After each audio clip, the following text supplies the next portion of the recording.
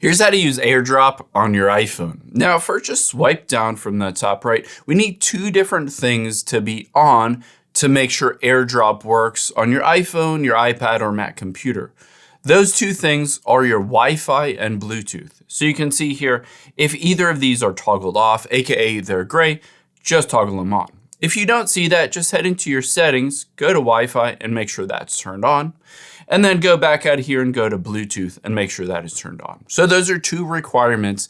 Both of those need to be turned on for the AirDrop to work. And keep in mind, this needs to be the case on both devices. So if you're AirDropping from one iPhone to another, both of them have to have Wi-Fi and Bluetooth turned on.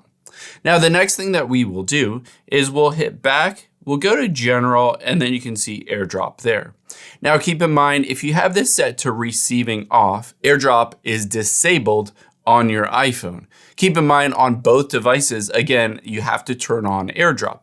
In this case, I can choose contacts only. This means if somebody is in my contacts, I'll be able to AirDrop back and forth with them. Otherwise, they won't be able to. And then we can switch this to everyone for 10 minutes if you want to just anyone to be able to AirDrop you.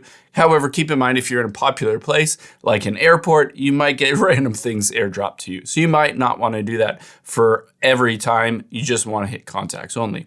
You can also choose to switch on use cell data. Essentially, if you drop Wi-Fi connection, it will just continue on cell data. Now, let's show you how this works. Let's hop out here, open up photos. And for instance, if I wanted to AirDrop a photo, I was working on my furnace here, I can tap on the little share icon and then AirDrop. Now, you'll be able to see it says use AirDrop as Trevor Nace, aka me. This is me AirDropping to someone else.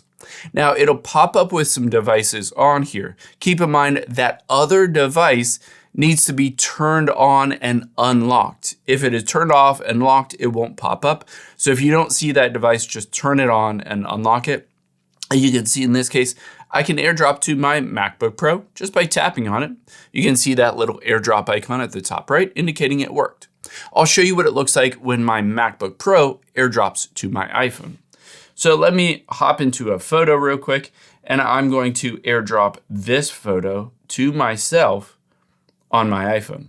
You'll be able to see when I do AirDrop that, you'll be able to see at the top right, that little AirDrop icon. It says AirDrop complete, and I can just tap on it and it will bring me immediately to that photo. Again, AirDropping back and forth between the two devices.